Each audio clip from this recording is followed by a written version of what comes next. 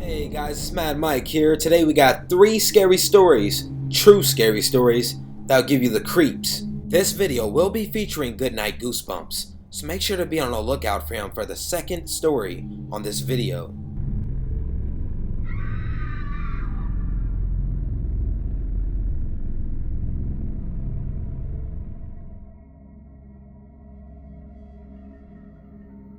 In 2012, I was living in Rome for the summer. I was working as an undergraduate visiting researcher at the university. Every day, I would walk to and from work, which took about 35 to 40 minutes. One evening, I decided to take an alternate route that would shave off some time from my walk. Normally, I would have went through the main termini, where all the people and shops are. This new route, however, had me cross the tracks farther down from the actual station. As I got closer to the tracks, I noticed the area began to look really rough, and there were a lot of homeless people hanging around. I power walked through it and just avoided eye contact with everyone, and eventually reached a small traffic tunnel. About halfway through, I felt someone come up behind me. He smelled terrible and was almost certainly foreign, as his Italian had a very, very thick accent. My Italian wasn't very good at that point, and I couldn't really understand what he was saying, so I just told him I wasn't really good at the language. The guy still wouldn't stop talking to me, even though he knew I couldn't understand what he was saying. I just assumed he really wanted money or something, but would go away on his own when he figured out I wasn't going to give him any. We reached the end of the tunnel, and I was doing my best to ignore him. I looked around and noticed the streets were abandoned, even though it was just after rush hour. I turned to him at some point and said, "Basta!" or in other words, "Stop, that's enough." But he just kept following me and talking. I had begun to get nervous, but because he wasn't doing anything really threatening, I wasn't overly worried. When I reached a small stoplight, the guy's hand reached down and tugged at the bottom of my dress and sort of started to lift it. At this point, I felt threatened and swung my bag at him, which made him stagger a little. It was enough for me to take off in a bit of a sprint. However, I noticed when I looked back, the guy was still following me, just now at a small distance. I kept jogging until I finally reached a small grocery store and ran inside. The guy was right at my heels.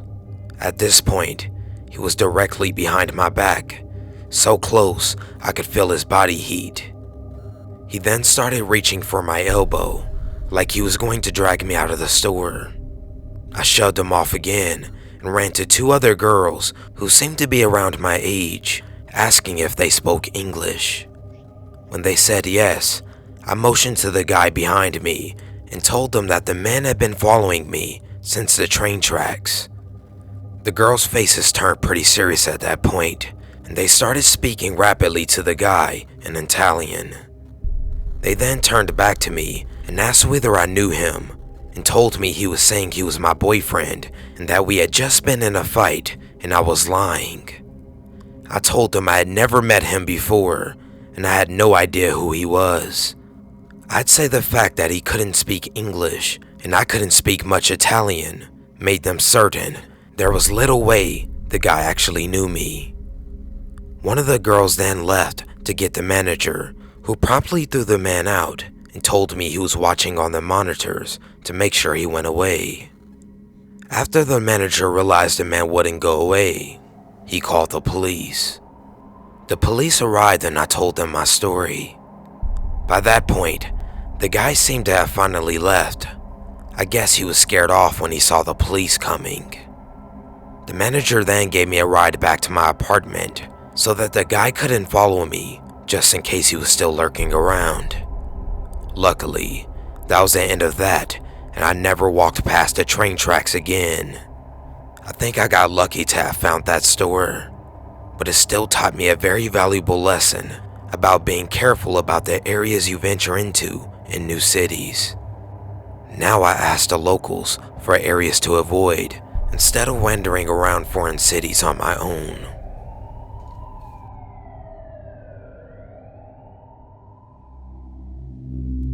Last July, my sister-in-law Jackie was going to head back to Boise, Idaho to visit for the weekend. Her husband lives in Provo and is going to law school there as he just graduated from a BYU chapter somewhere in southern Idaho. Jackie decided to drive from Provo, Utah and head up to BYU to say hello to her friends before coming back to Boise. The route she was on was the I-15, which forks off onto I-84 up to Boise. After you pass through Salt Lake City, the route becomes lost in a plain rolling flat of miscellaneous desert, dotted by farmland here and there. Jackie left Provo, Utah in the evening as she planned on making dinner for her husband before her departure. She ended up leaving around 11 p.m. and, given the late time, she decided to forego visiting her friends at the BYU chapter and headed along I-84 to come straight to Boise.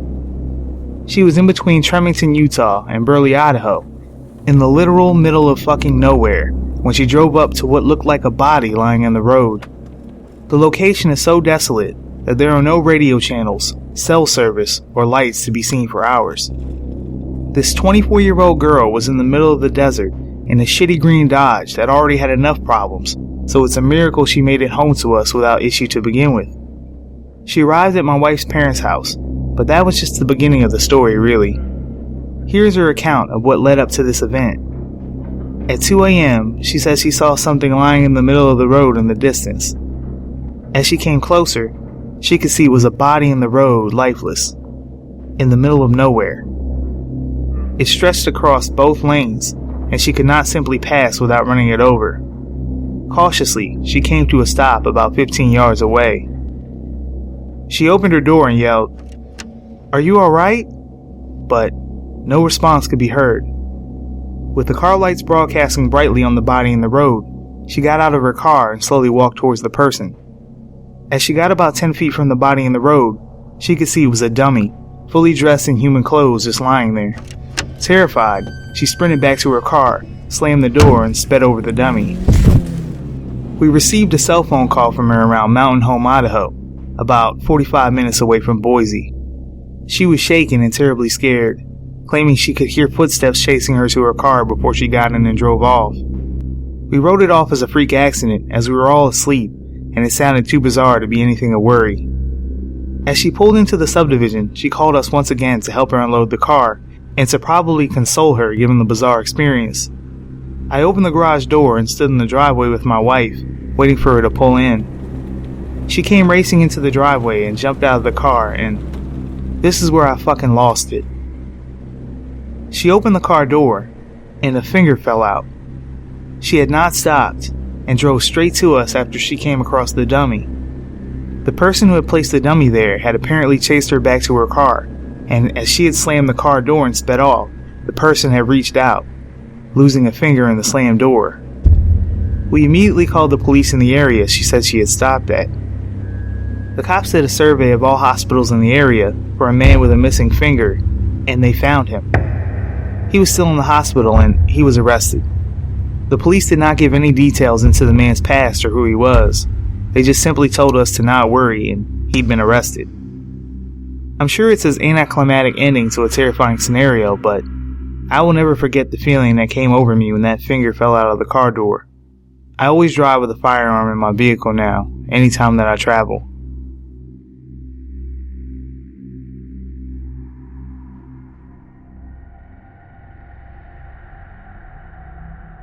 To preface, I was about 25 years old when this occurred.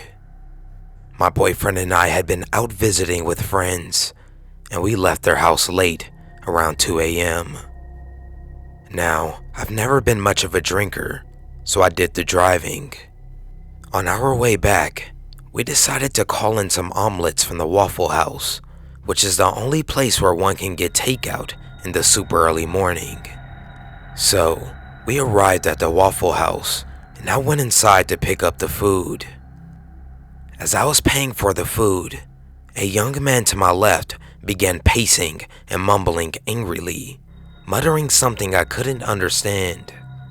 I didn't think much of it, since most people at this time are either drunk or truck drivers. When I collected the food and turned to leave, I noticed a young woman outside the diner. She too was angrily pacing back and forth, grimacing and cursing. The young man followed me out into the parking lot. I sidestepped the woman to get in my car. The young man had gotten into another car, and the young woman sat in the passenger seat. Whatever, I thought, tweakers. As I put my car into reverse, the car with the two tweakers screeched to a halt behind my car, pinning us in the parking spot. Within seconds, the man was knocking ferociously on my driver's side window and yelling at me. My boyfriend and I exchanged what the fuck glances, and I unrolled the car window about an inch. The conversation went something like this. "You stole my girlfriend's wallet. You better give it fucking back right now." I have no idea what you're talking about. I have my own wallet and that's it. You fucking stole it from the counter. We're getting it back, one fucking way or another. Dude, I didn't steal shit. Move your car, I'm gonna back into it. You give it to me right now, or give me yours, or you're fucking dead. I rolled up the window and backed my car up a few inches. He continued to scream at me through the window, then went back into his car with his girlfriend. They peeled backwards, and I exited the parking lot. At that point, my boyfriend and I were amused more than anything else, and we re-entered the highway. Just then, we heard the same car roar up behind us. The man was driving like an absolute maniac to dodge other cars, traffic lights, and stop signs until he got so close to us that their car nearly rammed our back bumper. I weaved in and out of the sparse traffic as safely as I could in an attempt to throw them off our route. Each time, he'd managed to pull right behind us again. He clicked his headlights on and off the bright setting, and he leaned on the horn. Inside our car, it was blinding and deafening. I sure as hell wasn't going home so this tweaked, unhinged couple would know where we lived. I swear it was almost like I could hear him screaming, even over the blaring car horn. My boyfriend and I didn't do too much talking, as I suppose we were both shocked and trying to figure out what to do. Fuck this, we're going to a police station. I doubled back, the car still bearing down on us. When I pulled into the police station, they followed. I locked my car doors, picked up my cell phone, and began to ring the station, because I sure as shit wasn't going to get out of my car. The man practically ran out of his car and up to my window, again banging and yelling. I'd gone way beyond concerned and scared to absolutely pissed. We want our goddamn money! Leave me the fuck alone. I'll let the fucking cops search me for your girlfriend's fucking wallet. I'm on the phone with the cops right now. If you don't have it, I guess you don't have it. He then sprinted back to his car with his sour-faced girlfriend and burnt rubber out of there. I stayed in the police station's parking lot for a while, talking to the cops on duty. When we finally left at about 3:30 a.m., I still made several loops through town before eventually heading home, arriving after 4 a.m. Legally, nothing came of the incident. I had no idea what the couple's names were, nor did I get a license plate number. We gave the cops descriptions of their physical appearances and vehicle, but they seemed far more interested in making sure I wasn't drunk. I'm fairly certain that the maniac couple was pulling a strong-arm con job, or else they were genuinely convinced that I mysteriously and magically stolen the girl's wallet, even though they were pacing and muttering even before I paid for my food. Anyway, fuck those assholes. My omelets were cold and rubbery by the time I got home. Hey guys, if you enjoyed today's video, please go subscribe to Goodnite Goosebumps. He's a scary storyteller on the come up. Make sure you go to his channel because he has one story that's not included on this video on his channel. So make sure you go ahead there. If you liked the video, please hit the thumbs up. Make sure you leave a comment for a video suggestion. And please, please share this video to your friends. I really appreciate you watching my video, and as always, take care.